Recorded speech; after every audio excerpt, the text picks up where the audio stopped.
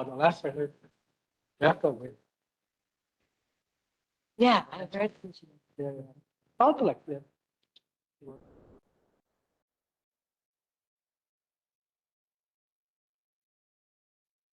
At this point. Oh, no wonder. No, no, I am. Oh, no, I mean, because it shouldn't be. Okay, you gotta go beyond. Yes.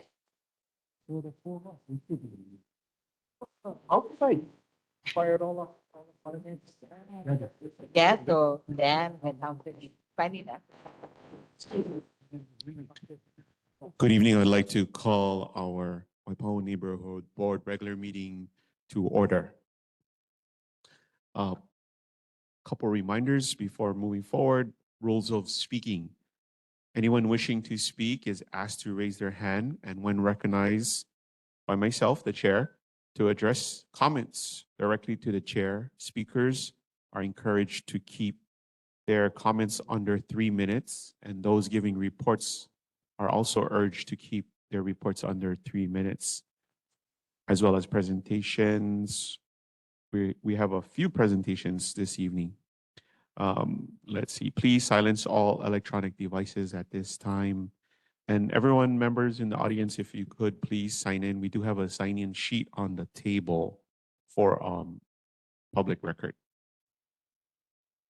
Okay, as customary of our board, I'd like to introduce our board members, starting with my board member on the right. Go ahead.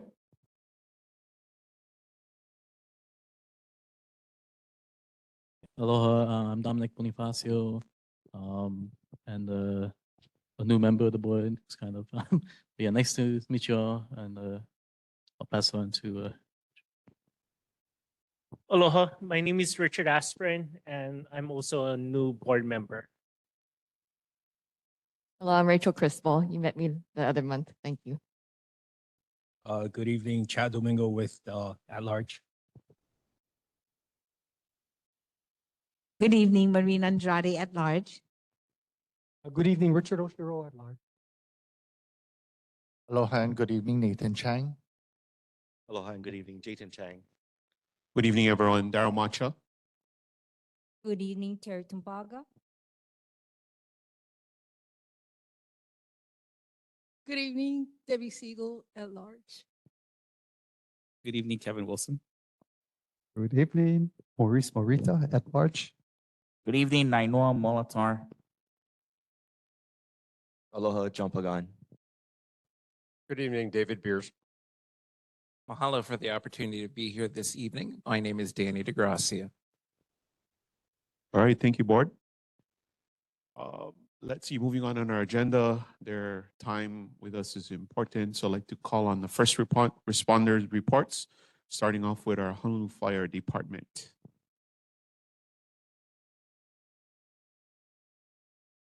Good evening, I'm Captain Tori Tamiose with the Waipahū Fire Station. The statistics provided represent confirmed numbers of incidents in the Waipahū Neighborhood Board geographical area for the month of August. For more details on the incidents and related mapping information, please visit the Fire Response Search tool on our HFD website at fire.honolulu.gov under the News and Info tab. Should you have questions, please email hfdnhb@honolulu.gov. So incidents for August 2025 for fires, we had 1 structure fire, 5 wireland brush fires, 10 nuisance fires that include rubbish fires outside a structure or vehicle. We had 0 cooking fires, 11 activated alarms with no fire. For emergencies, we had 236 medical emergencies, 0 motor vehicle collisions with pedestrians, 12 motor vehicle crash collisions, 0 mountain rescues and 0 ocean rescues, and 1 hazardous material incident. Fire safety tip for the month: charge into fire safety. Lithium-ion batteries in your home. This year, the National Fire Protection Association's Fire Prevention Week campaign works to educate everyone about using these batteries safely. Lithium-ion batteries store a lot of energy in a small place. These batteries can overheat, start a fire, or explode if overcharged or damaged. By learning how to buy, charge, and recycle these batteries safely, you can help prevent a fire in your home. Buy only listed products. When buying a product that uses a lithium ion battery, look for a safety certification mark such as UL, ETL, or CSA. This means it meets important safety standards. Charge devices safely. Always use a cord that came with the product to charge. Follow instructions from the manufacturer. Buy new chargers from the manufacturer or one that the manufacturer has approved. Charge your device on a hard surface. Don't overcharge your device. Unplug it or remove the battery when it's fully charged. Recycle batteries responsibly. Don't throw lithium-ion batteries into the trash or regular recycling bins because it could start a fire.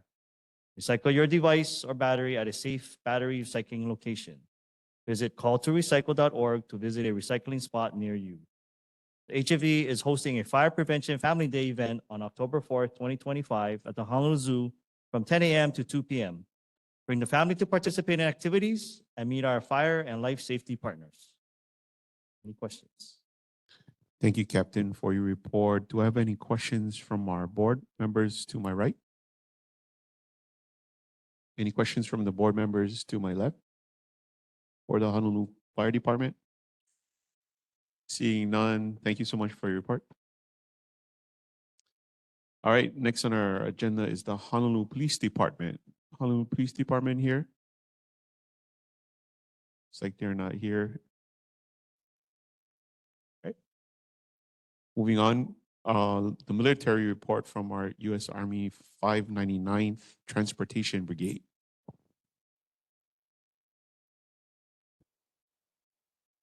Hey, good evening, board members, ladies and gentlemen. My name is Command Sergeant Major Shane Towns. It's a pleasure to be here to deliver my final military report from U.S. Army Hawaii. The U.S. Army Garrison Hawaii and Survivor Outreach Services will host the Gold Star Mothers and Families Day observance on Sunday, September 28th at the National Memorial Cemetery of the Pacific, beginning at 1 p.m. and concluding at 3:30 p.m. This special celebration is to honor the enduring sacrifice of those who have lost a loved one in military service. The event will include speeches from military leaders and guests, as well as patriotic displays. U.S. Army Garrison Hawaii will also hold its next hiring fair on October 14th at the Waipahū Veterans Center in Honolulu, beginning at 8:30 a.m. and ending at 2 p.m. This is open to the public. Advanced applicants may go to www.himwr.com to find out about openings and how to apply online. Walk-ins are welcome and should bring 2 references, proof of ID, social security card, resume, and application.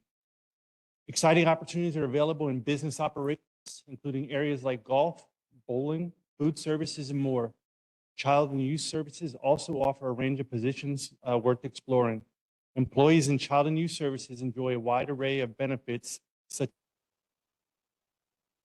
as access to all recreational facilities, discounted child care, professional training, and commissary and PX privileges. U.S. Army Garrison publishes a monthly Army training advisory. Details for training remaining this month are as follows. From September 27th through the 30th, Schofield Barracks will conduct artillery, mortar, and demolitions training, including night live fire exercises that may go to the late evenings and early mornings. If you want to be added to the training advisory list, email usag.hawaii.comro@army.mil. The 25th ID will also be conducting its joint annual JPMRC training exercise between November 7th through the 16th. Please note that the traffic and noise levels are expected to rise in the weeks before and after the exercise.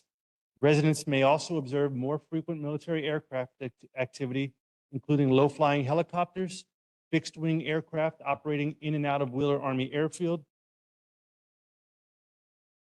While most training will take place in northern and central Oahu, troop movements to and from these areas will be visible across the island. Pending any questions from anyone, this concludes my report. Thank you so much for your report. Board Member DeGracia. Thank you, Chair. I just have a brief question. I don't know if you might be able to answer this, but it was reported in the news today and also by other nonprofit sources like the Center for Strategic and International Studies that every single general officer at the rank of 07 or brigadier general and above all across the United States would be called to a meeting in Quantico, Virginia next week by the Secretary of Defense. Would you happen to know if that also includes Hawaii general officers and admirals? Sir, I appreciate the question. At this point, I'm not prepared to answer that. However, well, I'll make sure you all get an answer here very shortly. Okay? Thank you. Thank you. Any other further questions for our military part? Seeing none, thank you so much. Thank you for your service, sir, and congratulations on your Retirement. retirement. Right on. Okay. Thank you all very much. It's been a pleasure. All right, moving on to our board business. We have a lot of board business. Please bear with us. First off is board vacancy. We have one, just a reminder, our board is a at-large board. So we have one at-large seat that is vacant, and any residents interested in filling this seat must bring a current proof of residency for our district. Do I have anyone interested in fulfilling or stepping into this vacant board seat from our audience? Anyone interested? Did I see a hand raise? Oh, no, not a hand raise. Okay. Thank you. Next item, approval of minutes for our Thursday, July 24th meeting. Board, you have had a chance to review the draft. Do you have any corrections? Any corrections? Okay, hearing none. No motion is needed. The draft will be filed as final for meeting minutes for July 24th meeting. First up in our discussion portion is the Blue Hawaiian Helicopters Federal Aviation Administration FAA request for an exemption on altitude limit and wanting to fly lower. This was brought to our board's attention when it was, I guess, brought out to the media that Blue Hawaiian Helicopters was seeking FAA approval to fly lower. This directly impacts our community. So number of communication was sent out to our board, as well as several members had wanted to bring awareness at this point, because any any testimony that was needed has already ended, but we felt that it was still important to, again, bring awareness to our community and our citizens due to this company's request for a lower altitude limit. I do have Congressman Case's representative here, Communications Director Nestor, who fortunately was able to prepare or let us know what Congressman Case had done on the federal level for us. Go ahead, sir. Thank you, Mr. Chairman, members of the board, those in the audience, and those who will be listening in. Again, for the record, Nestor Garcia, Communications Director for the Congressman. I'm based here in the district, and I'm also the guy that catches all of the complaints from low-flying helicopters and fixed-wing aircraft, including military helicopters. I get most of that as well. But the discussion, Mr. Chairman, members of the board, seems to center on dual helicopters, especially in particular, the petition before the FAA from Blue Hawaiian Helicopters, doing business here by that name. Their corporate office is located in Colorado. Mr. Chairman, I want to go over some context of what the Congressman has been dealing with on this particular issue. And I think this might have come before your board some time ago. He's done a number of efforts to try and deal with low-flying tour helicopters, not just because of the public safety concern, but also of the disruption and the noise that it causes to our neighborhoods. Yeah? So I want to go over a little bit of laundry list and the history of what he's been doing to try to address that situation. He did call upon neighborhood boards back in 2019, and I think this board might have been one of several that passed resolutions that came before the city council, and the city council itself passed a resolution bringing attention to this issue. He did lead the effort to try and impose what's called air tour management plans over our two national parks, not in this congressional district, mind you, but this is Hawaii Volcanoes National Park and Haleakala. And those ATMPs have been regulating the flights over those two national parks for the last couple of years. Yeah? He was able to convince the governor to change his mind on a piece of legislation that he was about to veto back in 2022. A congressman wrote a letter to the Governor Ige, and Governor Ige changed his mind. So he signed into law Senate Bill 3272, which would reactivate the air tour task force. We are still waiting the formation of that task force. There's some funding questions that we still need to address. He has continuing to, in Congress, in a federal effort, trying to push his Safe and Quiet Skies Act, which would require the FAA to adopt National Transportation Safety Board regulations and allow for limited state and county regulations on small aircraft.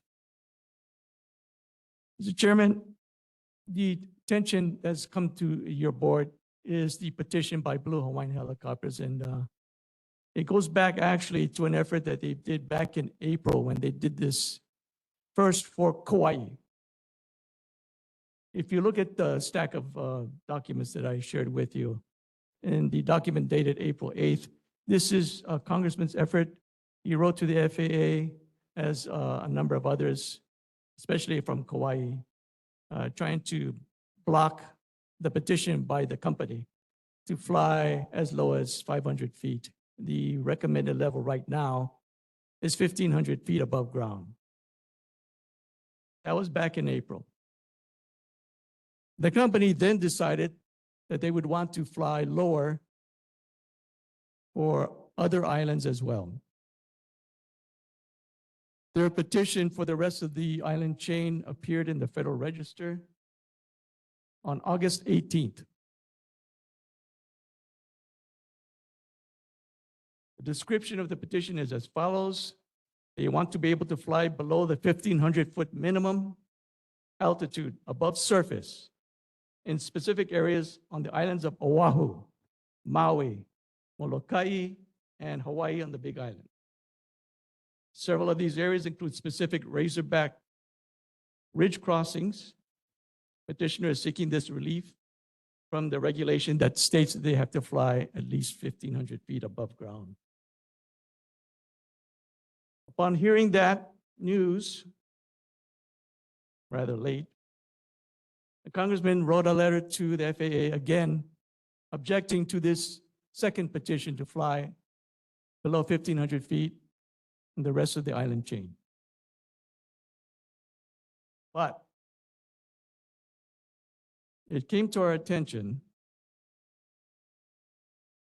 that Blue Hawaiian wants to be exempt from putting an EIS for their petition to fly lower than 1,500 feet. They are looking for an exemption from the EIS requirements. Upon hearing that news, the congressman also, on your document dated September 11th, wrote again to the FAA objecting to this exemption from having to put up a EIS.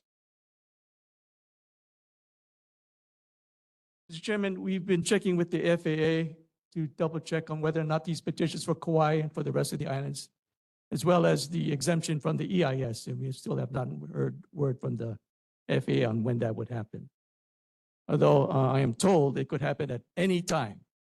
They can make their decision at any time. Now, Mr. Chairman, as you know, other boards have brought this issue to the fore, yeah? And I understand that Mililani and among others are trying to band together to see what they can do. And they did. There were some 55,000 comments made to the FAA objecting to this petition to fly below 1,500 feet. And I believe that there are people from this community as well was able to lodge complaints in time. Yeah. So we are continuing to watch that, Mr. Chairman, and I'm open to any questions that you might have. Thank you so much, Mr. Garcia. I felt it was important to bring it as discussion item to our board and our community, mainly because yes, this seems to impact us even more so because they will be flying over communities, and majority of the complaints we receive here at the board pertains to military helicopters. This is not even military helicopters. This is a tour company exploiting, I don't know if that's some harsh words, but exploiting the natural views by trying to get an exemption to fly lower. But I feel it proposes a danger. So thank you. I'd like to thank Congressman Case's office as well as Mr. Garcia for their coordinated efforts. When this was brought to my attention, there was a testimony that I could have submit to state my opposition. Unfortunately, at that time, it was already closed when I went into to submit my personal opposition. But several of the board members wanted to provide comments. So do you have anyone who may have comments or questions? I just wanted to comment that I was concerned, and that's why I called you, because we were kind of blindsided. We found out, well, I found out through, what is her name? From Mililani. No, She the called- chairman, yeah. Yeah, she called me, Danielle. And I think we recessed that month. And that's why we weren't aware of what was happening. So I'm thankful that you came and explained what's going on.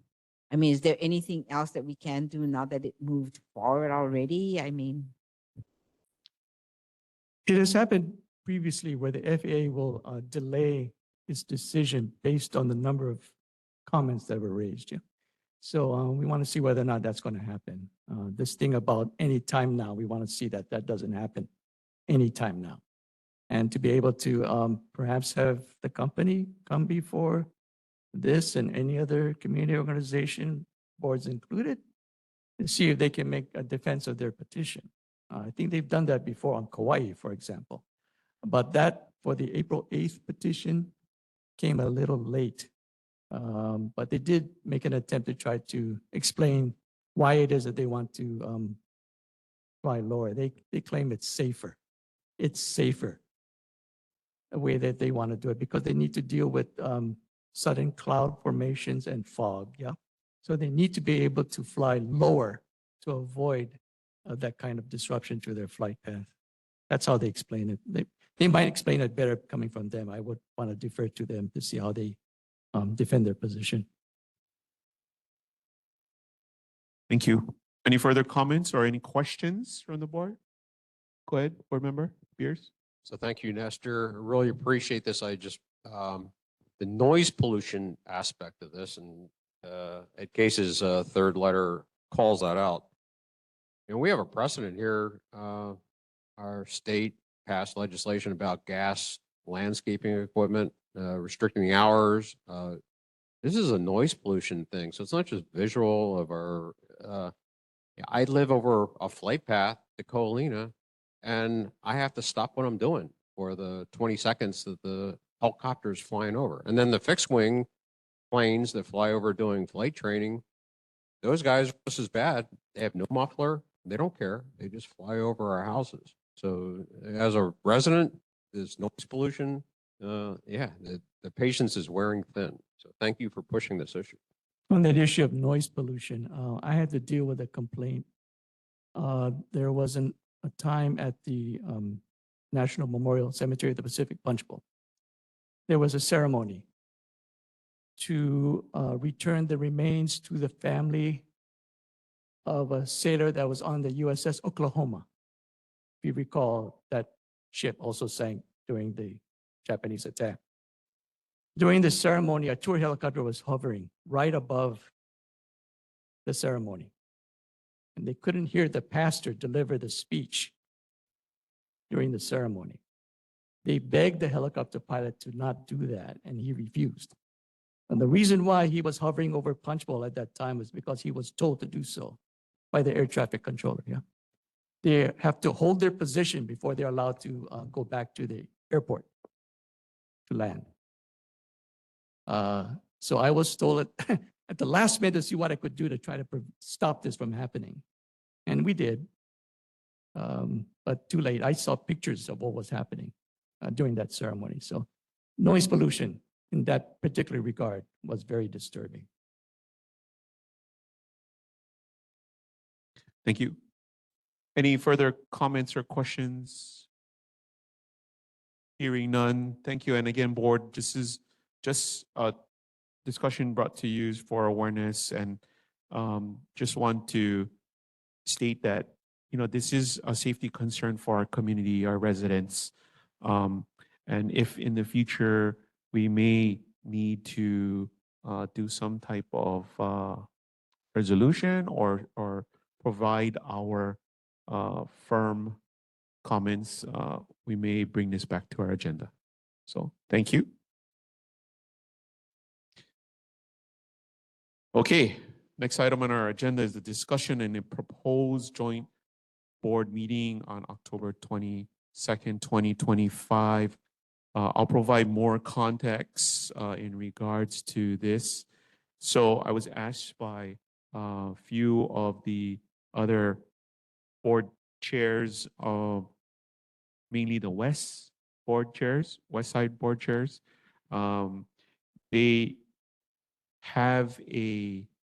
They're planning on a joint board meeting for October 22nd, related to emergency preparedness. So that's what it's all about. What they asked was we put this on our agenda for discussion and possible vote of a resolution to allow a permitted interaction group to consider or report back to this body about emergency preparedness. So it's not a motion currently, but if you indulge me, would you like more information on the proposal for that meeting? Board? Okay. Okay. So again, it's a joint meeting by several neighborhood boards spanning the West Side, and they're asking for our government to focus on hurricane preparedness, preparation. There's several resolutions that is the next item.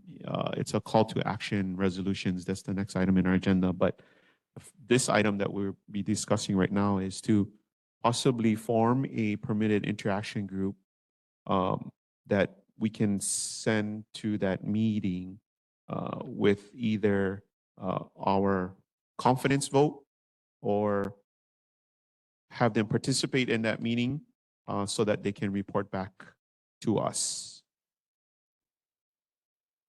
Okay. Anybody have any comments or any questions?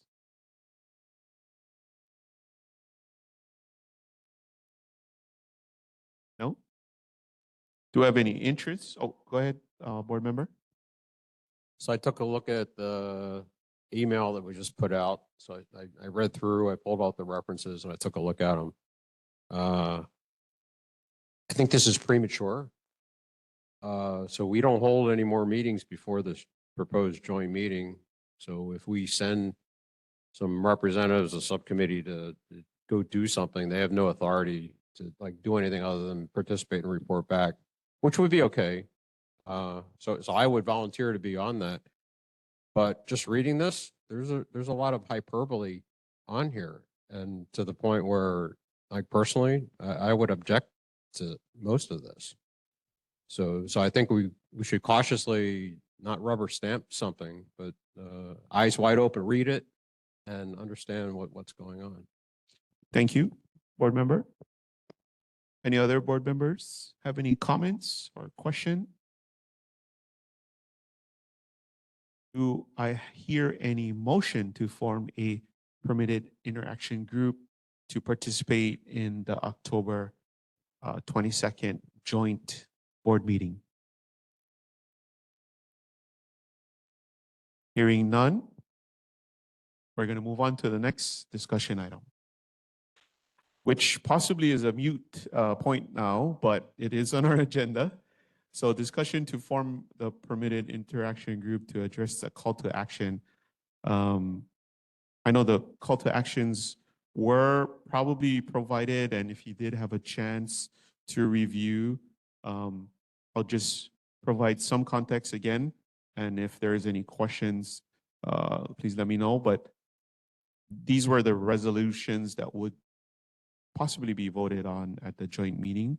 Resolution asking our government to focus on hurricane preparedness now, provide adequate hurricane, tsunami, fire shelters for all who need them, and provide adequate funding and our tax relief to help our people fortify their homes.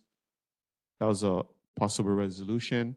Another resolution was asking the city and Honolulu City Council to insert into the Honolulu building code requirements for a safe room with attached bathroom in all new houses and apartments, and requiring tsunami design requirements for all new taller buildings in tsunami zones.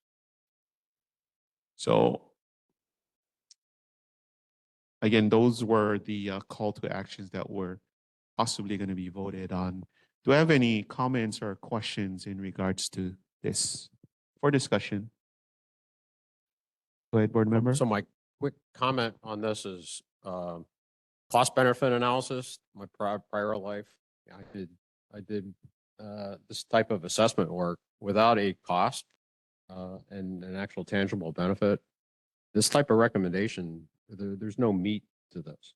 So I would like to be part of a group that put some flesh to the bones on this. But as standing, without, you're proposing a whole bunch of cost, and we have no idea what the numbers are. And it's like, as a taxpayer, as a citizen in Hawaii, where it costs a lot to live here, this is just another example of skyrocketing our cost of living here. And it's for what benefit, and it's not articulated.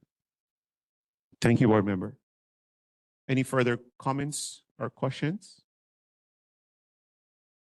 Do I hear any motion? Well, again, I guess it's a mute point at this time because we're not sending any permitted interaction group. So thank you. That went further than I thought it would, but appreciate you listening to me. Next item on our agenda is resident and community concerns. I'll start with any resident or community concerns with my board members to my right. Go ahead, board member. Yeah, I have a community concern from where I live on Lumikula Street at the very end of it. I think it'll be for like the state for Representative Chun, but I don't believe he's here unless he has a representative. I just my neighbors have been doing the tsunami event about 2 months ago. My area doesn't really have a siren in the area. I mean, like there's a siren, but it's very faint, so we don't have a lot of residents. My neighbors, mostly Kupuna, are kind of concerned that in the event that a big one was to occur, a big emergency, they wouldn't be able to hear the siren. So, I was wondering if I could just get some info on like if it's possible to build a siren on that street or something like that. Thank you.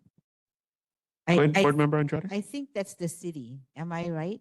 The city takes care of the siren? No? No, It's the state? Okay, in all the areas. So Haima. what area is this? I'm sorry. It's at the very end of Lumikula Street, so it's like very end at the very end of the hook. Okay. Side. He has his representative here. Go ahead.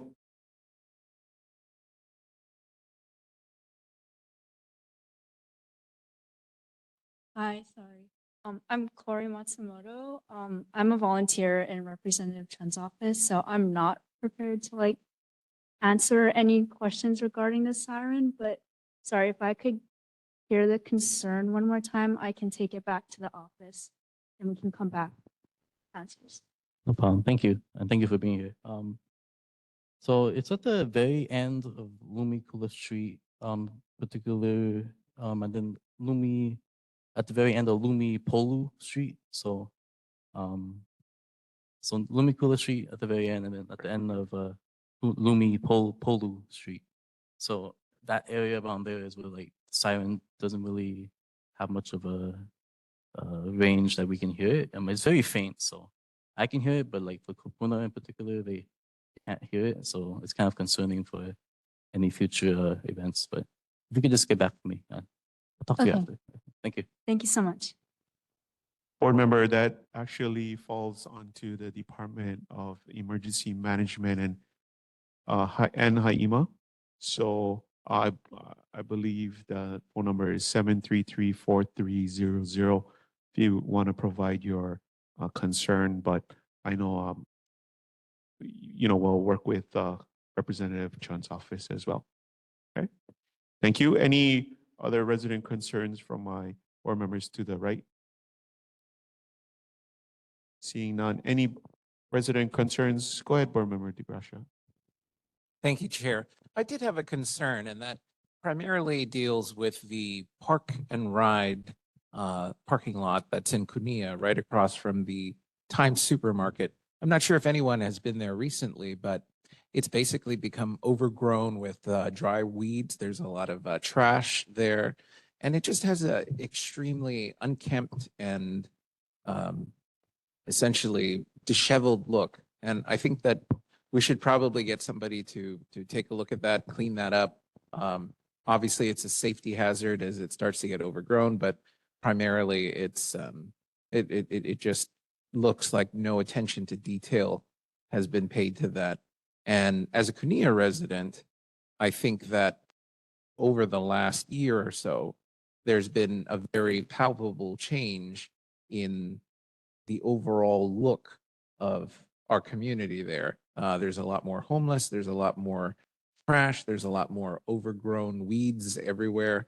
And that's a problem. I mean, especially with the fire risks, all it takes is some throw a cigarette and it doesn't extinguish or whatever. We saw last month the incident with the arsonist near Cunha. So I might be drifting, but primarily I do think that someone should definitely look at the Cunha Park and Ride parking lot this week. Look at it. It's horrible. It's unacceptable. And I'd like to get that cleaned up. Thank you, Chair. Thank you. Noted. Go ahead, board member Andrade. I think they just cleaned it up about a month or so ago. They cleaned the inside. They had actually weed whacked that whole area and took a whole bunch of trash out. The trash bags that's outside of the gates and the fence, the city and county is supposed to come and they usually pick it up when it's their turn to go over there and clean. As far as the homeless, they tried to get them out of there. I don't know how many times. We have our security guard that pass through there every night. And they report to me right after they leave there. And I have a list of times that we have homeless. We had people with dogs and, they can only I tell them not to come out of the car. Don't approach and call 911. So there's been a number of times where we call 911 and our security waits there for an hour and nobody comes. But that's, as far as the cleaning, it does not come under the city and county park and rec anymore. It's in a different department. And they are the ones that send somebody out to clean. And it was actually really nice about a month or so ago. So if there's a lot of trash again, I'll go ahead and call the city and county for parks and rec too to get it cleaned up, or environment in the parking lot area. It's all different, right? Yes. So, but I need to thank Kelly from Matt Wire's office because I worked along with her to get a lot of the things cleaned up over there. And so they've been really successful. We can try again to see, I can try again to see, and if they can go and clean it up, but I live right by there, so I don't know. It's been great after that big cleanup, so. Yes. Thank you, board member. I'm sure we have several of our council members, representatives here that will take back that concern. I do share the same concern, board member. Do I have any more board member, resident concerns to my left? Go ahead, board member. I discovered a couple months ago that the corner by the Royal Kinia Golf Course and across from the Royal Kinia Association Center, that's the area where illegal fireworks are being set off. I found a lot of debris there. I think the debris is gone because it was like 2-3 months ago. But I just want to let HPD know, and they're not here, to keep an eye on that location, because again, that's where these illegal fireworks are going on. Thank you. Thank you. Okay. Any more concerns from our board members to your left? No. Do I have any resident or community concerns from our audience? Please identify yourself, approach the podium. Thank you.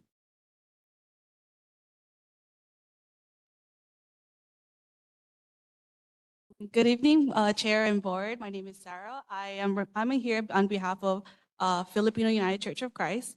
If you don't know who we are, we're in the corner over there, Hiapo Street. If you see the tower with the big cross, that's us. So our concern right now has been homeless. Well, it has been.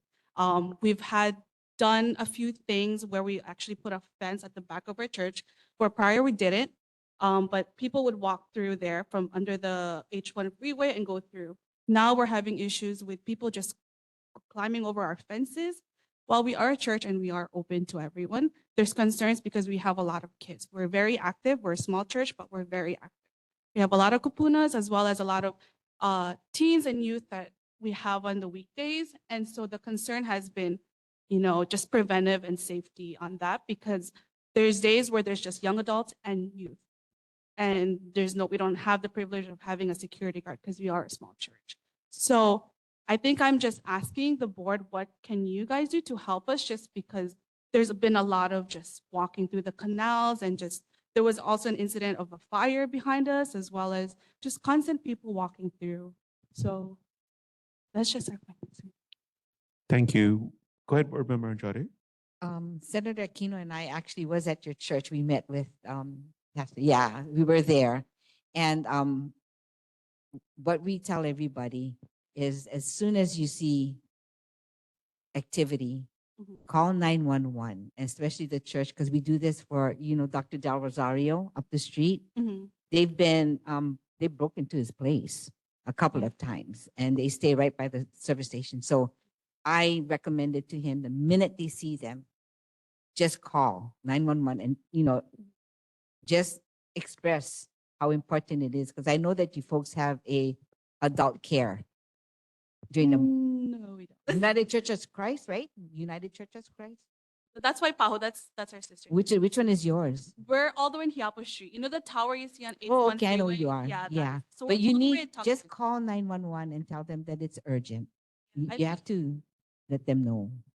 I think the concern was we do call. It's just by the time they get there, it's, they don't have can't do anything once they're off property. And I think our concern is just how can we prevent them from continuing coming, even though we have fences, we have cameras, they've broken into our storage and stole various stuff already.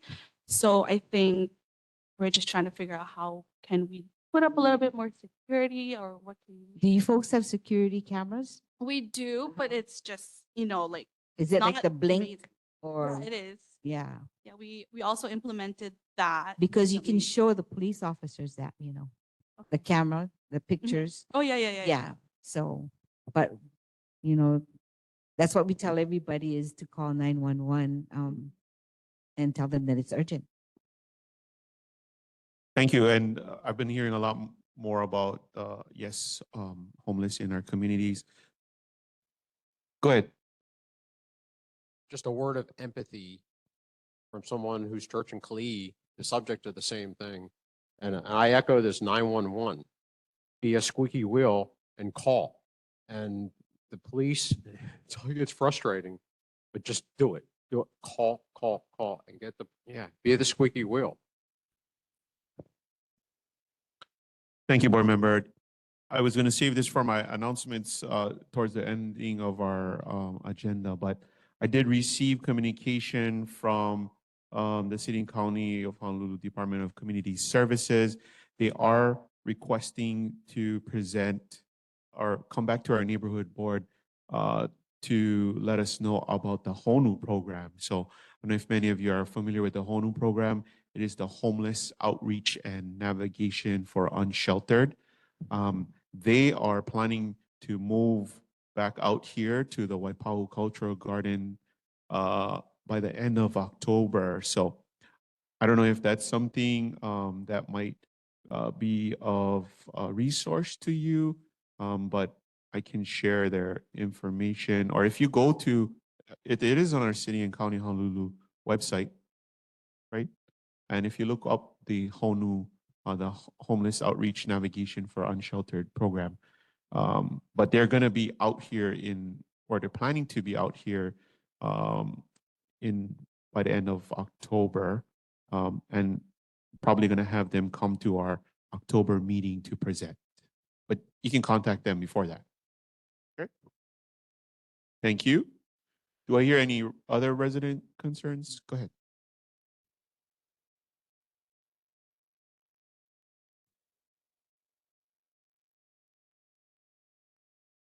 Good evening, Chair and board members. My name is Pa'ilingutu Aukuso Puamo. I am the Homeless Outreach Representative along with my partner, Myra Lee. We are here to present a brief report on our encounters that we have been made here in Waipahū. We service Waipahū on Wednesday of every week, except for the second Wednesday because we have to be at Kayaka event. And then after the Kayaka event at Haleiwa, we come straight here to provide services. If you don't know who we are Ke Halaho West Oahu.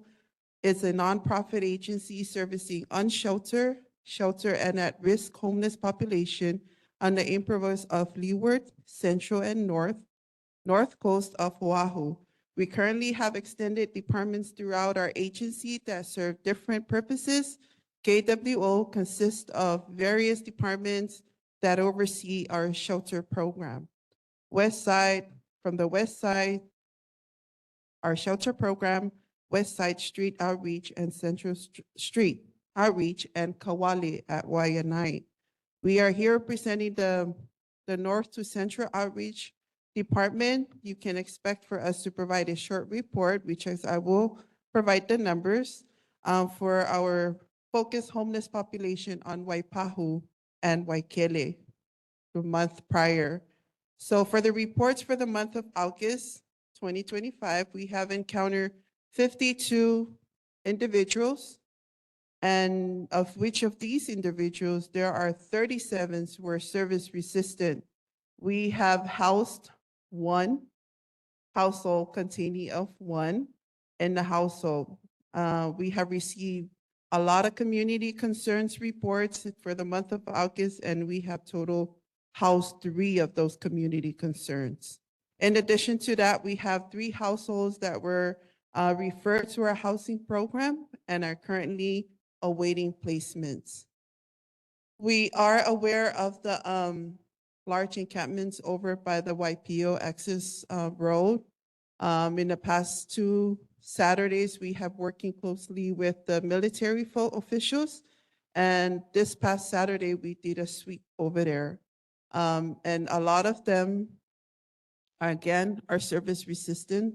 And we are trying our help. We're trying all the best we can to provide, to keep, engaged with them and to provide assistance with hygienes and stuff like that. But if you have any questions or if you have any concerns, please feel free to check our website or email us. And I already placed our brochure on the table, and it has our contact information. Thank you. Thank you. Thank you so much. Do I have any other resident or community concerns from our audience? Hearing none, we're going to move on to our presentation section. All right. Patrick, you want to introduce your team?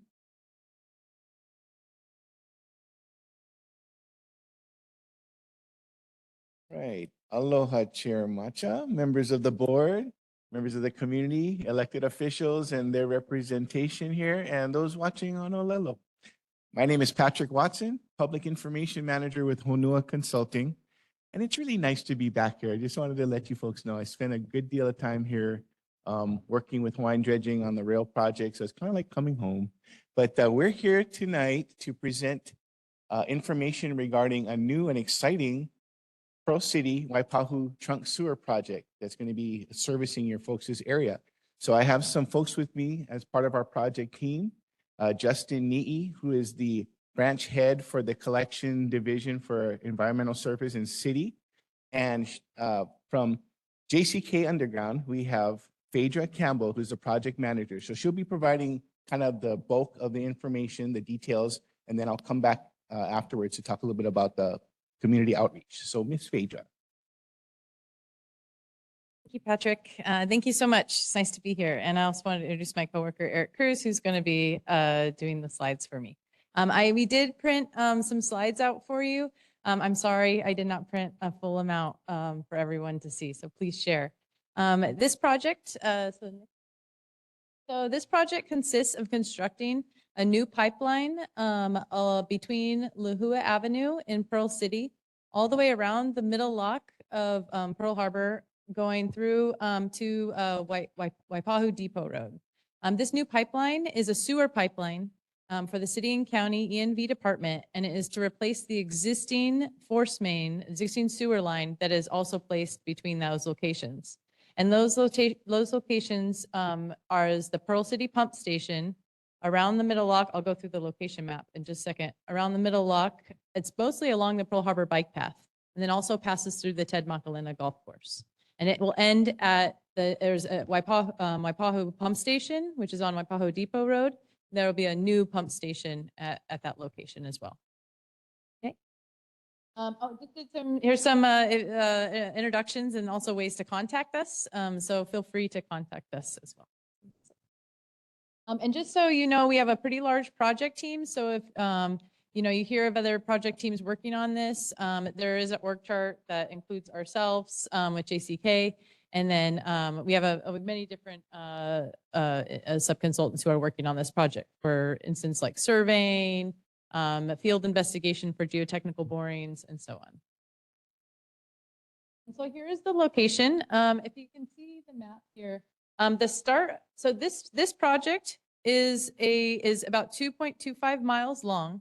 And it actually is a small portion of a larger programmatic upgrade to the entire sewer system along Honolulu, the Honolulu sewer system. Basically, that starts at Aloha Stadium and then goes all the way out to Honolulu treatment plant. And that services a third of the island's population. It's an incredibly large system. This is a sub-project of that entire program.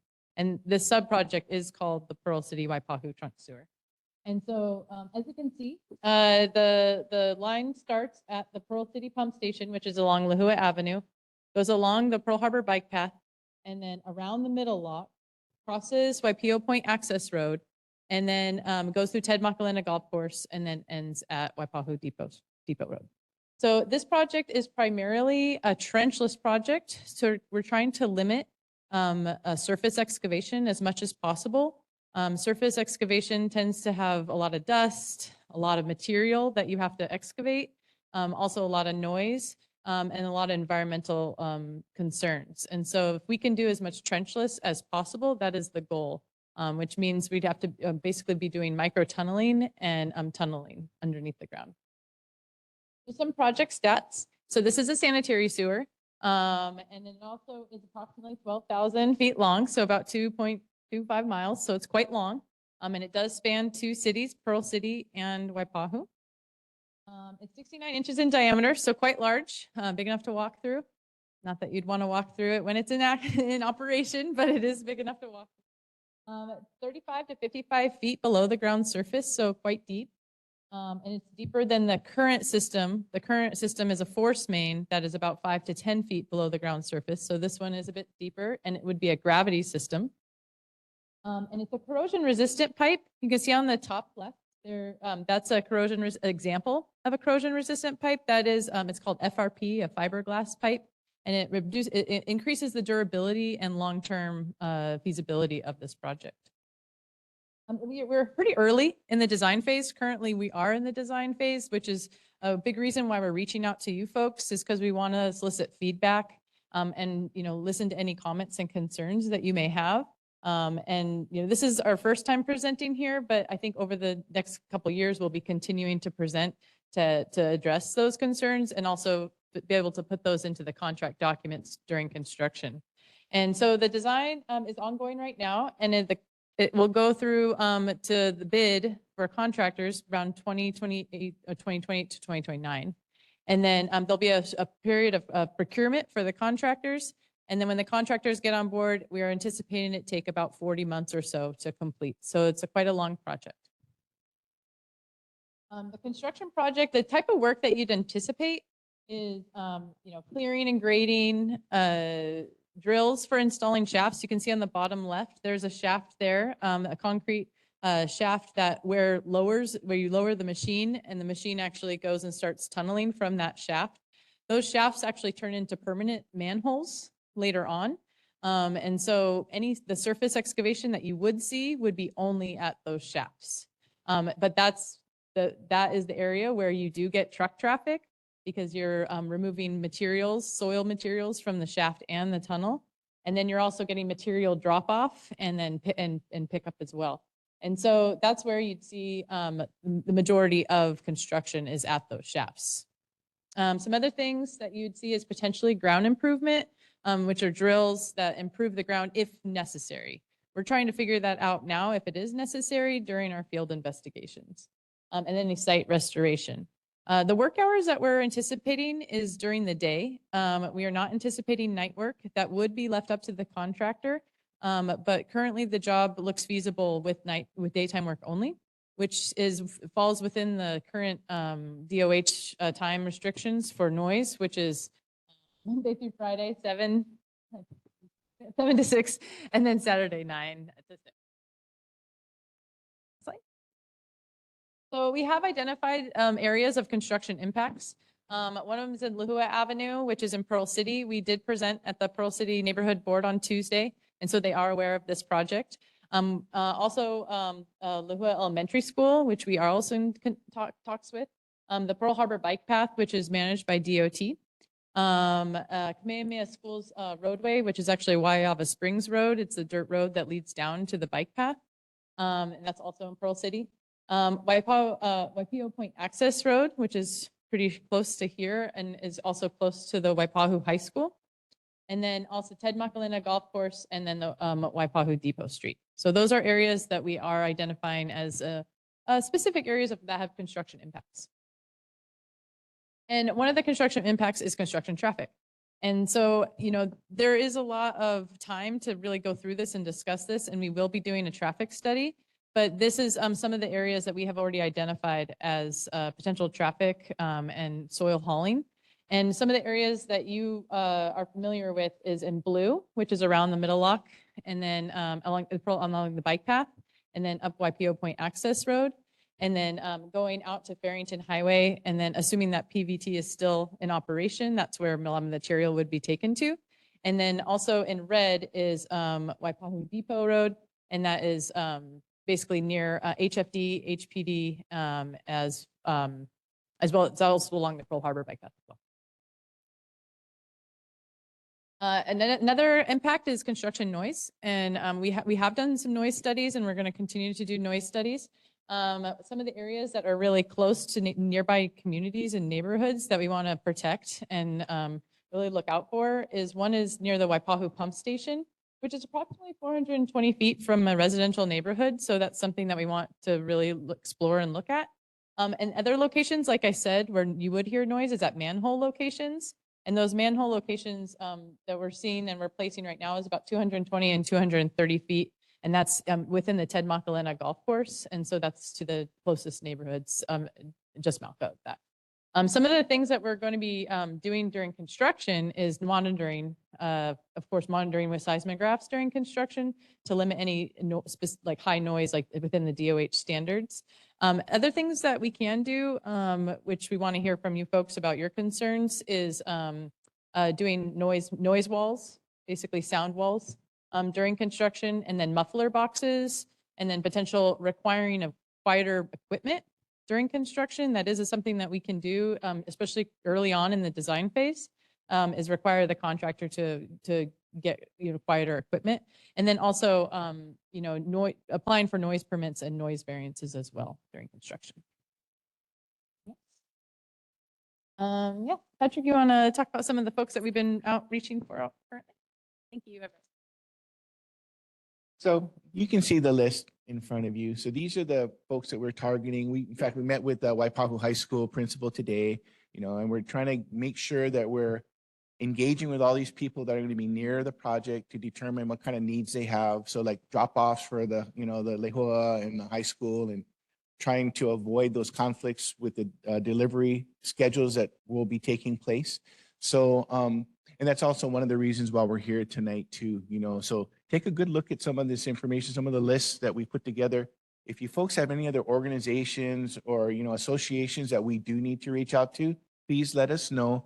The chair has my email, and we have all our contacts on this as well. But yeah, so you can see we've reached out to quite a few people. We have a scheduled meeting with LCC. We've talked to the farmers along the coast, underneath LCC, and it's a very interesting area. Okay, next slide, please. And then outreach, it's kind of my cup of tea. So the first shot is when we went out with Council Member Toba's group to do the Win Back Waipahū, walking around and doing some cleanups and stuff. So I've never really left Waipahū. I've been a part of this community ever since the rail project. And then I gave you folks some flyers about our Spooky Story Trolley Tour, which is coming up August 4th. Little PSA for you folks. And I have some flyers over here for you to sign up. So these are the types of projects I love to find and give back to the community. That's kind of always been my motto. We're going to ask of you folks, and we want to give back. So you can always reach out to me, and let me know if you have any, requests or things that we can help out with. So let's see, it's really hard to see. Slide. Yeah. So yeah, so we'll provide regular updates for you folks as the project, develops. So maybe not super frequently at first, but then later on as we get kind of more into the construction and, the more impactful stuff, we can come back and see you guys. And then we want to hear your suggestions. That's why we're here. And then that's our contact information too. So please reach out to us if you do think later on, oh, you know what, I should have said something about them. So yeah, please, we're open for all of your suggestion and feedback. So thank you very much. Thank you for your presentation. You don't mind taking a few questions if we do have right now? Sure. Okay. Board Member Oshiro. According to one of your slides, it says that construction will run through 2032. And our previous slide said that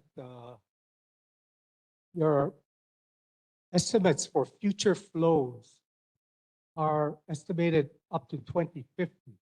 So that means you're only estimating up to 18 years after the project is finished. So what happens if the flow needs are exceeded? Because this area is a whole, along from Waipahū through Pro City, is slated for a lot of development. So how did you project future flow needs?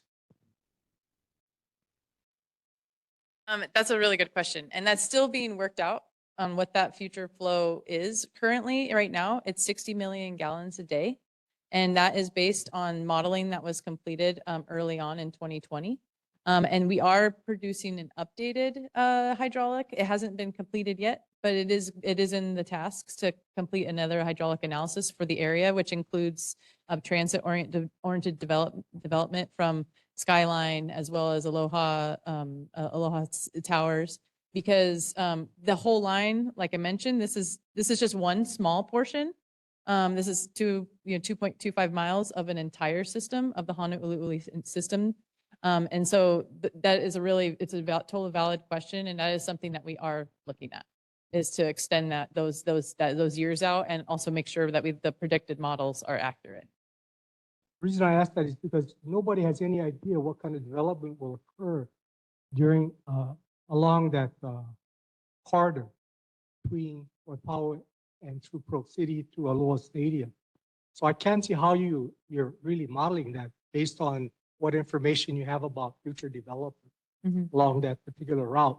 And how long will this pipe last? Because if you're modeling to 2050, that's only 18 years after the end of the construction. So how long will the pipe last after it's constructed?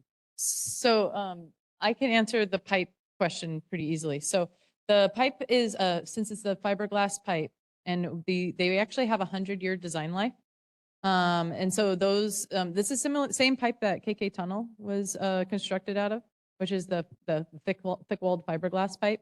And they have done the regression curves, and basically the manufacturers do stamp their drawings for a 100-year design life. They're actually extending them now even to 150 years, although obviously they haven't been around for 100 years. So. You would say that the pipe will last a lot longer, maybe 100 years. So, but the problem is your estimates of the flow needs only go to 2050. So, I mean, within a very short time, it could be exceeded. Yeah, that's a really good question. And that's definitely one of the things I should tell you as well is that the flow, when I say 60 million gallons a day, that is wet weather flow. That is not normal operating flows.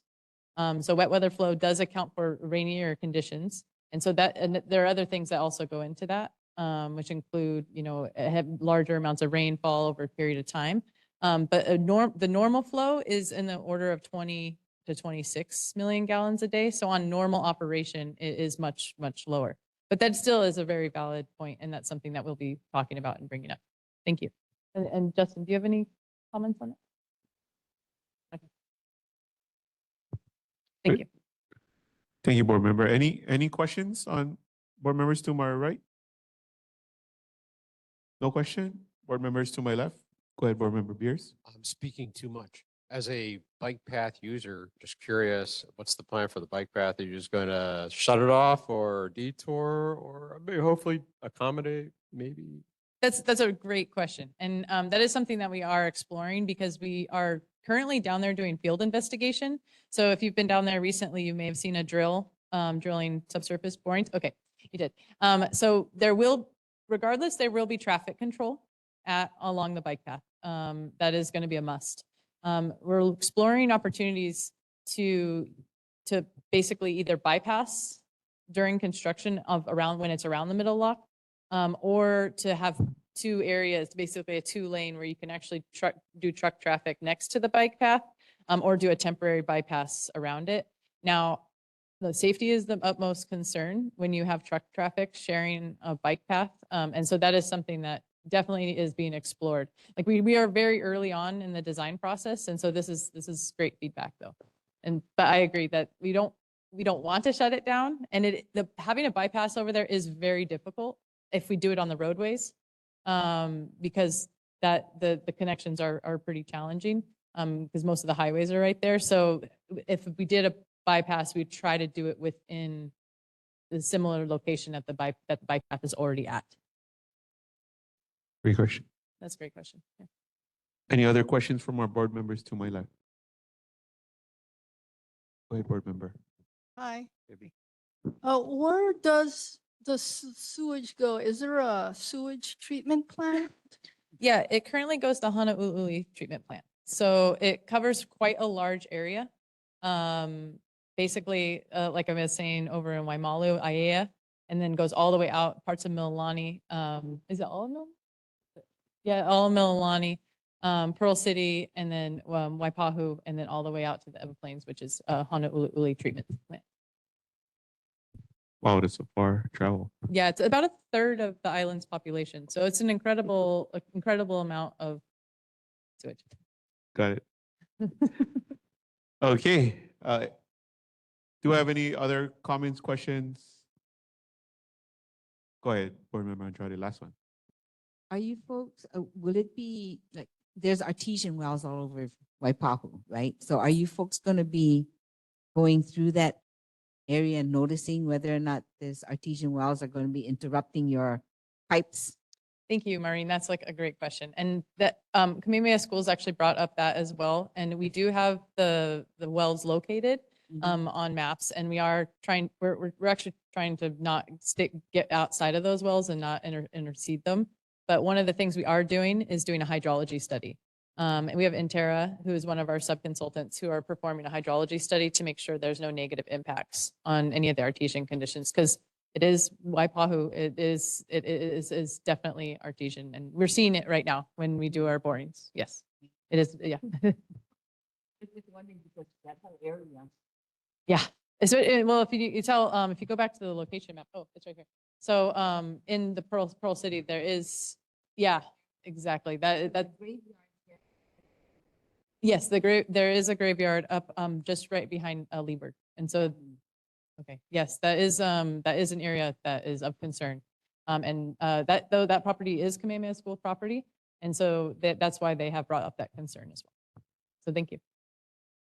Thank you. Thank you so much for your presentation. We look forward to having you folks back at our board again for updates. And board members, if there are any other further comments or questions, you do have their contact information.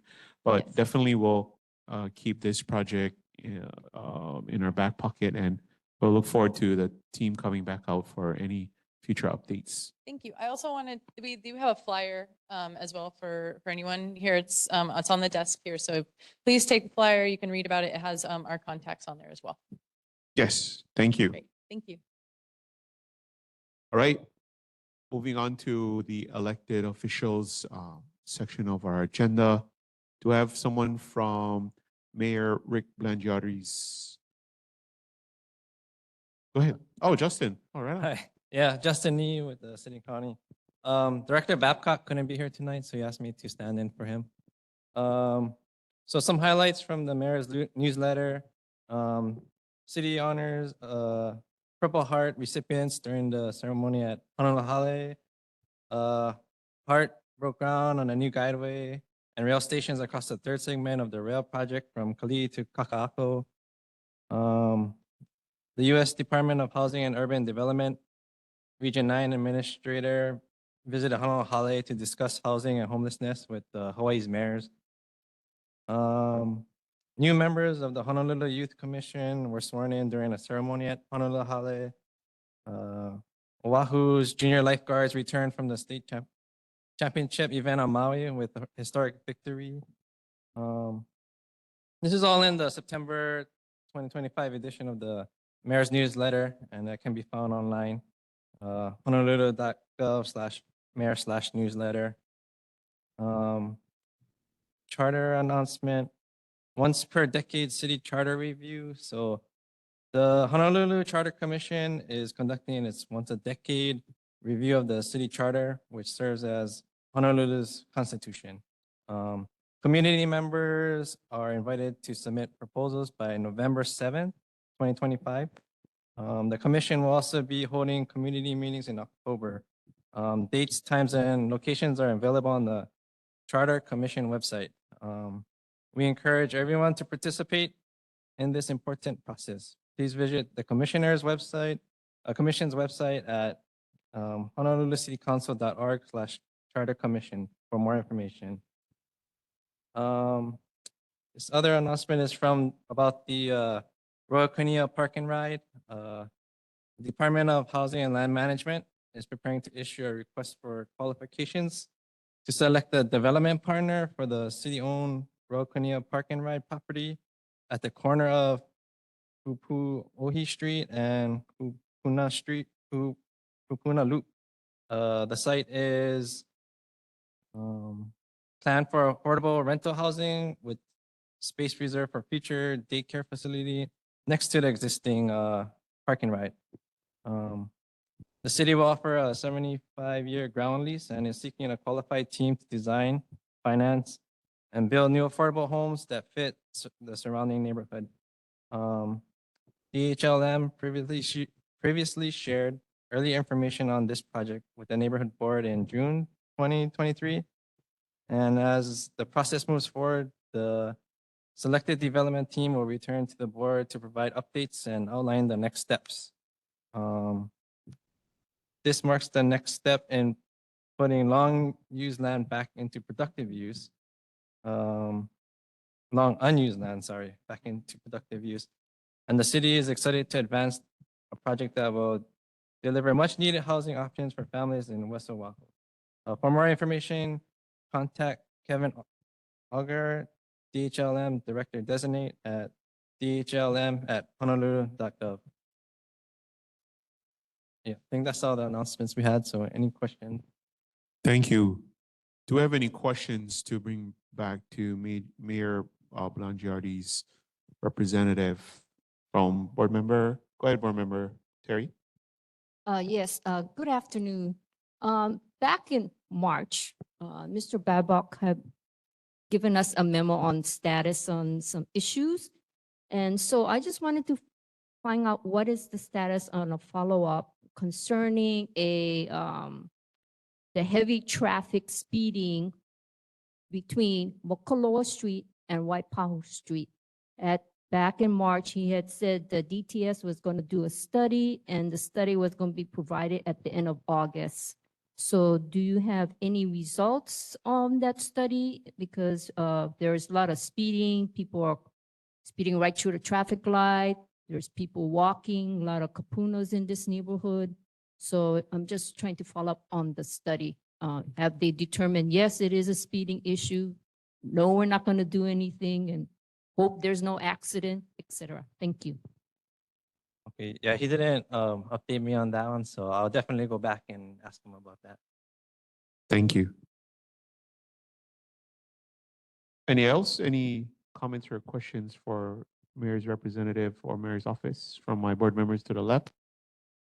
Board members to the right? Go ahead, board member Shiro. Can you tell us again, how many housing units does the city plan for the Royal Kunia Park and Ride lot? Because, I don't think we heard too much about the housing that they might want to do. We heard about the daycare facility in the past.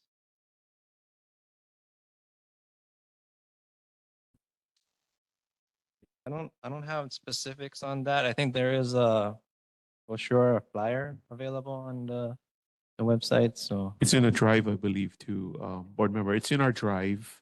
It was provided. I don't have the exact number too, but they did come to our board meeting back in 2023. And I think they should be coming back soon again for an update. But if you wanted more information, it is in our drive for review. Yeah. Go ahead, board member Andrade. Just a comment. I did meet with Katz, is that her name? Anyway, yeah, anyway, we met, they came here and did, introduce what's gonna happen. The daycare has been a wish list forever and a day because it started with Nestor. But, now we're moving forward, but when we did discuss, it was with, a separate discussion with Albie, who was the, person that was working at Royal Kunia, and myself as the Village Park Association. And we had actually suggested, because they were talking about 3 to 4 stories. And both of us mentioned that 3 stories is what we want. We don't want anything higher than that. And just suggested that the daycare is, we're really wanting the daycare, but the location shouldn't be at the corner of that Kupuna Loop and Kupuohi, because we have people that run right through there and miss the, I think it's the telephone, Hawaiian Tel. So if they go further in, and have a wall, it's safer for, you're putting kids in there, you're putting little ones. So, and the other suggestion was putting it on the same side. So the interaction with the seniors that are there and the daycare.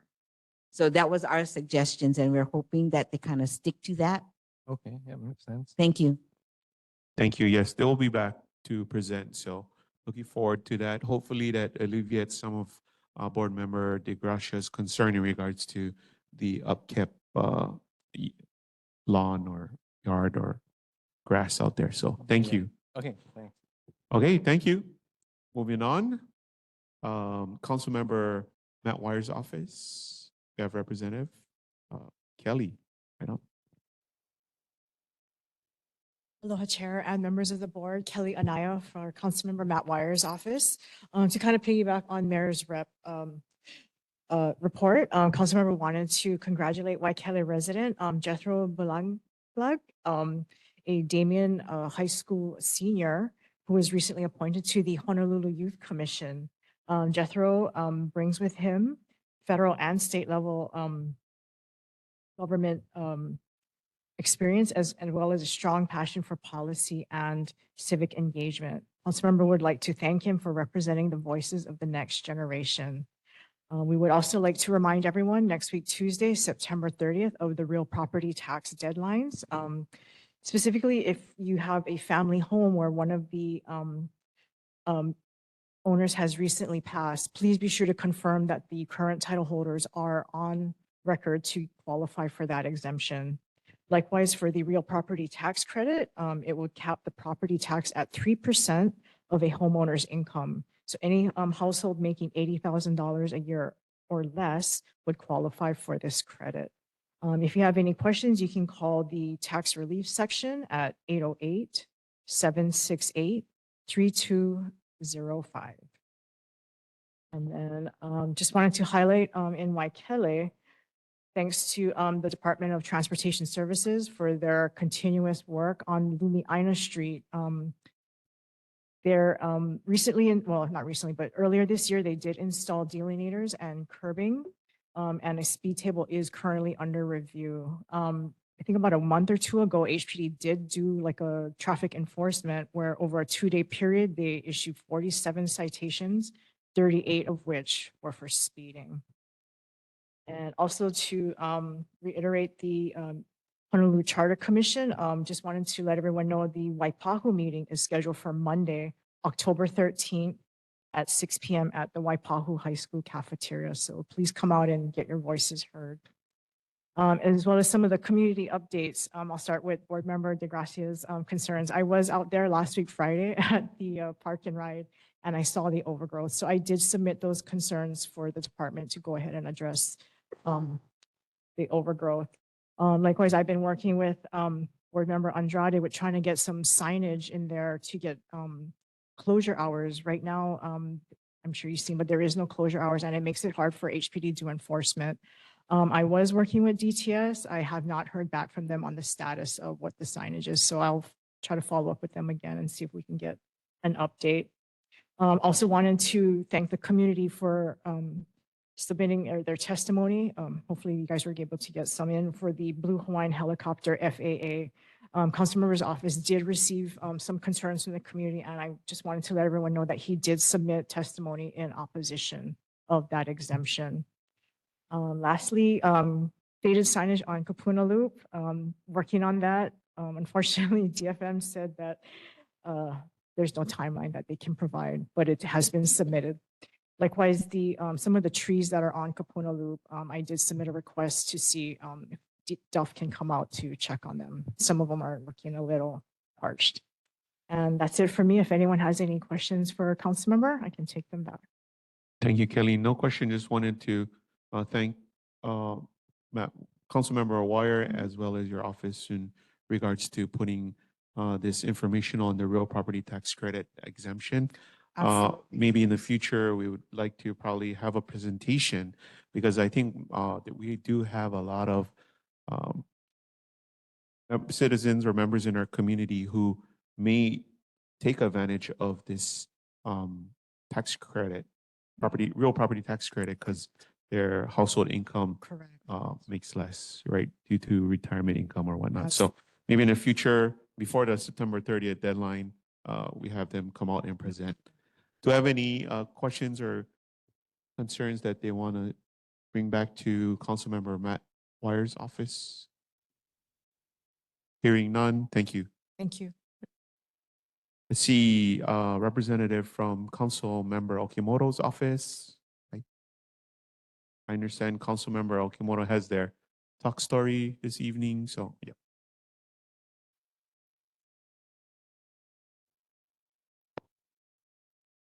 Aloha ahiahi. My name is Pua Smith Kauhane from Councilmember Okimoto's office. Councilmember Okimoto is actually at a talk story tonight, so I'll be representing her. I wanted to start off by saying I hope everybody's doing well. I know that the fall rains are coming. Today was actually kind of a nice storm that came through at Honolulu Hale, so I hope that everybody's safe. A few announcements that I do have is Councilmember Okimoto assisted with Bill 49 and Bill 50, which raises real property tax homeowners exemption for taxpayers 65 years and over from 160,000 to 180,000, effective 2027, July 2027. Bill 50 raises homeowner tax exemption base from 120 to 140,000 for homeowners' principal home effective July 1st, 2027. Piggybacking on the mayor's report tonight, to help shape the future of Oahu, the Honolulu Charter Commission is accepting proposals now through Tuesday, November 7th, 2025. The Honolulu Charter Commission is an independent body that reviews and processes amendments to the city charter, which serves as Honolulu's constitution. Every 10 years, the commission receives suggestions from the public and how to make the city government more effective and responses.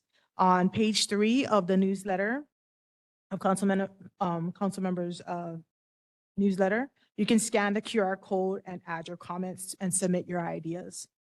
Lastly, the Councilmember Okimoto finally has added a sign up for our monthly electronic newsletter. So you can get your monthly newsletter electronically now. Here's the QR code. I will have it at the table if you guys need to scan it tonight. If not, then you can also go to council's website, Councilmember Okimoto, and where you would find the monthly newsletter, and there is now a button to subscribe, so you can actually type it in right away.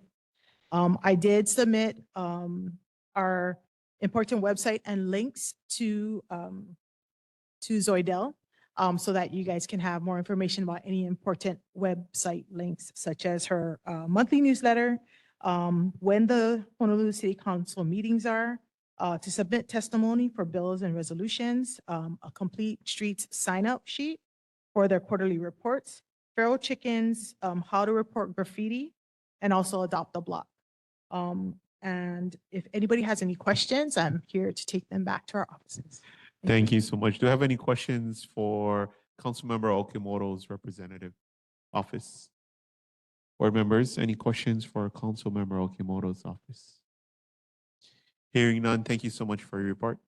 And I did hear your residents' concerns, so if there's anything that our offices can help with, we'll definitely follow up with you next month.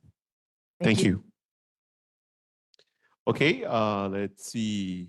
Councilmember Augie Talba's office. All right, Aaron, let's go. Aloha, Chair, board members. Aaron Michael Ho here for the record from the office of Councilmember Augie Talba. You should have Councilmember's Waipahū report in front of you. If not, there are extra copies on the table as always for your convenience. So during the months of August and we're in September, right? August and September, our office has been doing a lot of work with community stakeholders in Aniani Place to address certain social and public safety issues. We've been meeting with landowners, property managers, as well as several different groups of Aniani residents to address things like illegal dumping, illegal parking, the lack of street lighting, unsafe sidewalks, and various other, let's call them illicit behavioral issues. And to that end, we hosted an evening town hall on Aniani, which was well attended. And we also had a large scale beautification and volunteer work day there on Aniani, and we had over 100 volunteers come out, so that was kind of cool. We're off to a great start, and we're just kind of excited to see what this kind of collaboration from Ani Ani can do and what we can do with it in the future. Other than that, our office has been continuing our work with the Hawaii Plantation Village and Waipahū Culture Gardens Park. I wanted to draw your attention to the flyer in the middle of our bulletin. I know it's a month away, but on the 25th, I think it is, of next month, we're doing a large scale beautification work day there at HPV. We're bringing in a bunch of different volunteer groups to clear brush and the like from several different parts of the Gardens Park, from the parcel that's next to Iglesia Ni Cristo on Farrington Highway through HPV itself. So if you have the time and you'd like to come out and help us, we'll be there on that day. And I guess I stopped writing in my notebook after that. So I guess I'll take more questions if you have any. Thank you, Aaron. Do I have any comments or questions for Councilmember Augie Talbot's office from our board? Any questions, comments? Thank you, Aaron. I just wanted to thank the council member along with his office in regards to, the e-bikes, his PSAs and whatnot. I believe, I hope it's making a difference. So, but It's thank been you. getting a lot of airtime. Yes, definitely. Thank you. Thank you. Next, we have Governor Green's representative, Shivani. Shivani, unfortunately, unable to attend. I did receive communication. Board members, the governor's report will be available or is available on the Google Drive. And just a reminder, hopefully you know how to access the Google Drive. If not, it is on our agenda, which is the Google Drive folder that you can access and see all the reports that are provided. In the interest of time, I'm not going to read the highlights of the governor's report. We're just going to move along. Okay. Do I have a representative from Senator Kidani's office, Senator Aquino's office? We did receive their report in person as well. And again, it's going to be available on the Google Drive. How about Representative Chun's office? Okay, thank you.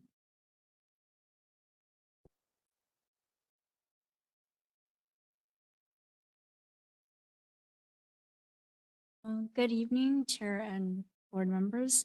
Ori Matsumoto, I'm a volunteer in Representative Chun's office.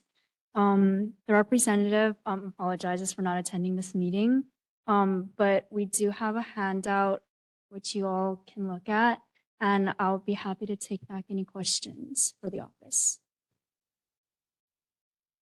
Thank you. Any questions for Representative Chun's office? Any questions?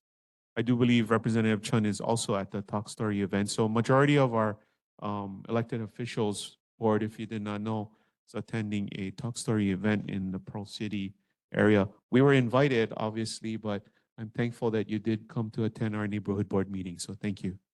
Thank you. Do I have a representative from Rep. Lamasal's office? Their report as well has been provided. How about from Representative La Chica? Go ahead.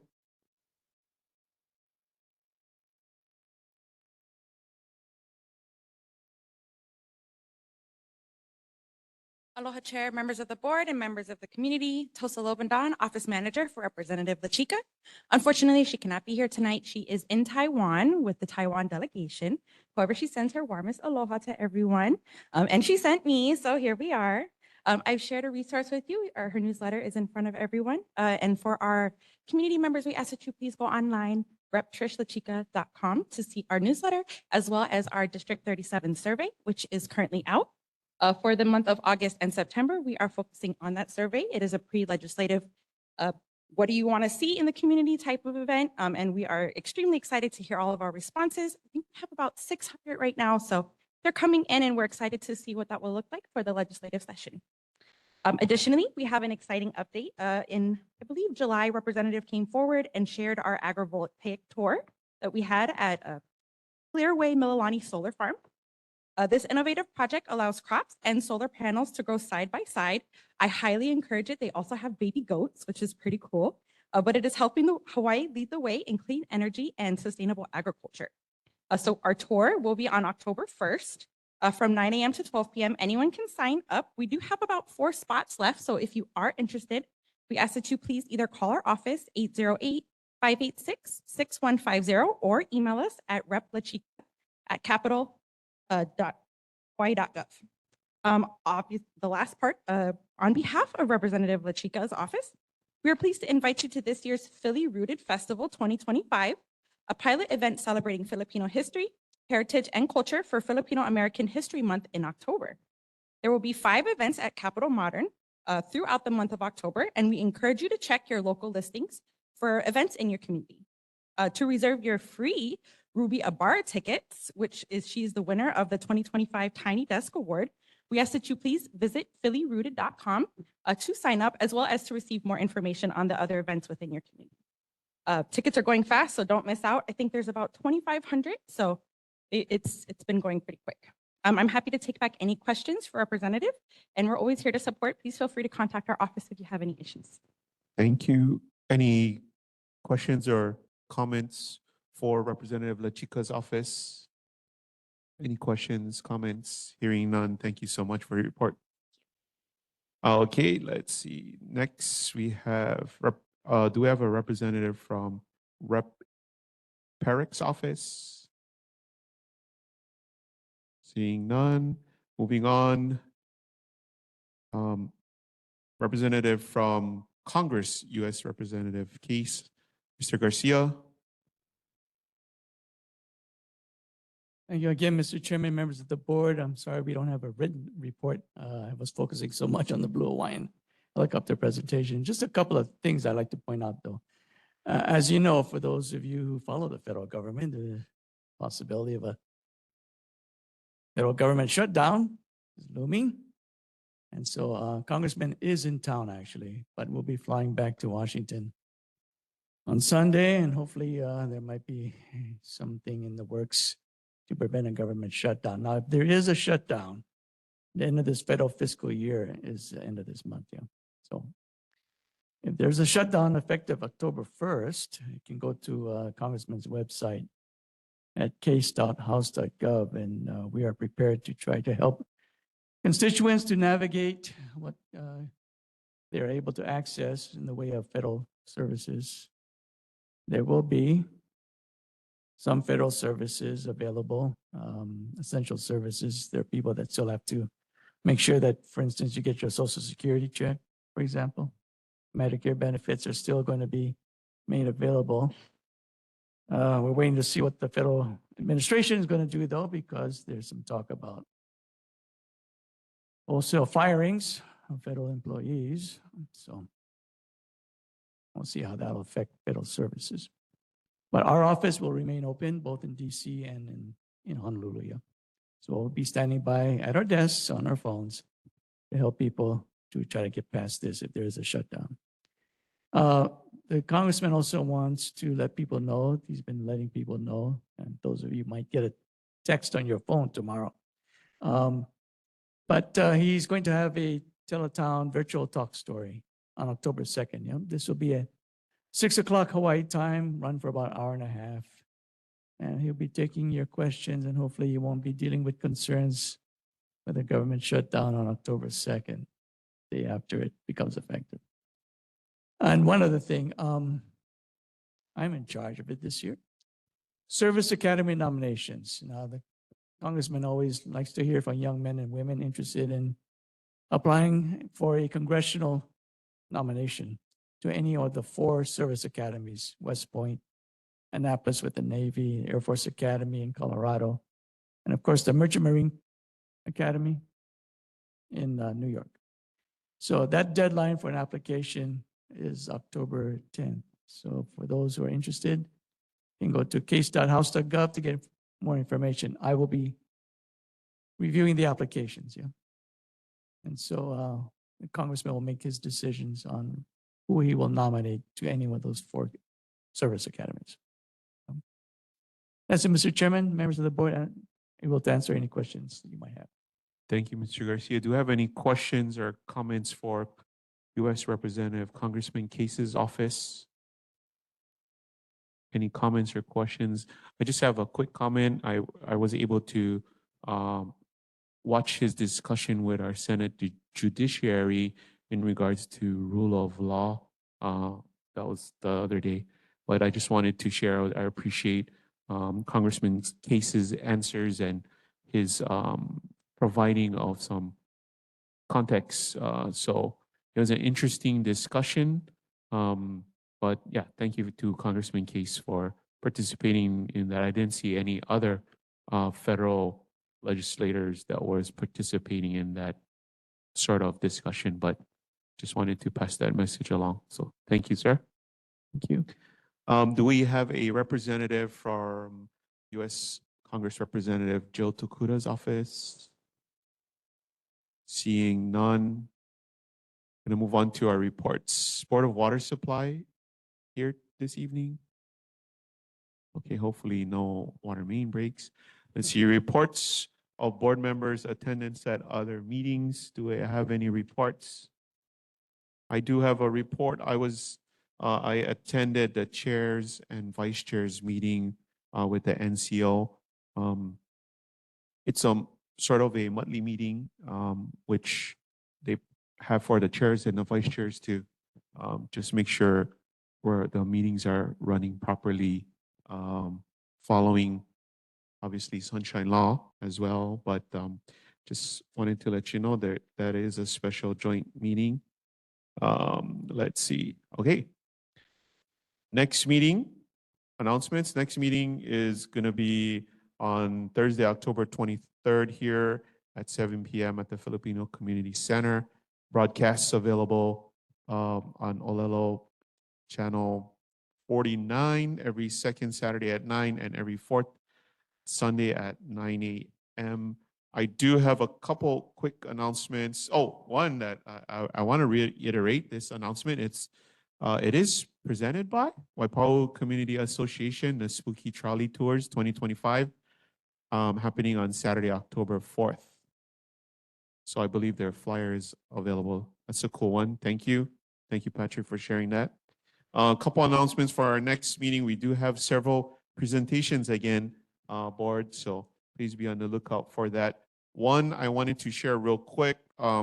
This is the Department of Parks and Rec with the City and County of Honolulu. If they just wanted to seek community input over the course of our meetings in regards to parks or park areas, you would prefer to allow leash dogs. Currently in Waipahū, there is only 2 parks with dog privileges, and then many other parks without. So if you would like more information, let me know. There is a information specialist that you can provide comments to. His name is Nathan Sirota, and his email is nathan.sirota@honolulu.gov. Let me know, board, if you guys wanted more information in regards to that. And that's it. Meeting adjourned. Thank you.